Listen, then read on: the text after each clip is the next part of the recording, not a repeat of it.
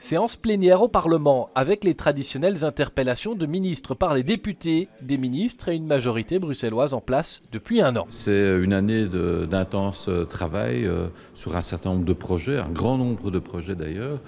Si je devais retenir un élément et qui concerne l'ensemble bruxellois, c'est quand même la diminution des chiffres du chômage et particulièrement le chômage des jeunes. Il y a un an, la majorité changeait, écolo renvoyé dans l'opposition, arrivée des FDF, justement en charge de l'emploi. S'attaquer à donner plus de qualifications des jeunes, à encadrer les jeunes, c'est la garantie jeune pour éviter qu'ils soient en déshérence et qu'ils soient le plus vite possible en contact avec l'expérience professionnelle. La garantie jeune, on l'a mise en place, je l'ai mise en place avec mon collègue ministre Madran lors de la précédente législature. En tant que ministre du budget, on avait trouvé le moyen de la mettre en place, c'est aussi des fonds européens. Autre gros dossier, la mobilité, avec l'extension du métro au nord de Bruxelles et la démolition annoncée du viaduc Reyers. On a pu démontrer qu'en fonction d'éléments non prévus, on décide rapidement. Et on a décidé rapidement en se disant, ben voilà, ça n'a plus sa place à Bruxelles.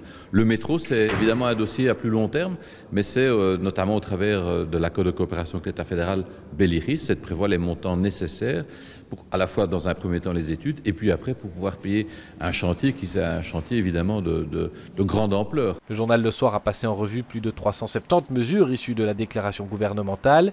Il estime que 74% d'entre elles sont en cours de réalisation, 11% sont déjà abouties. Les gros problèmes à Bruxelles, c'est quoi?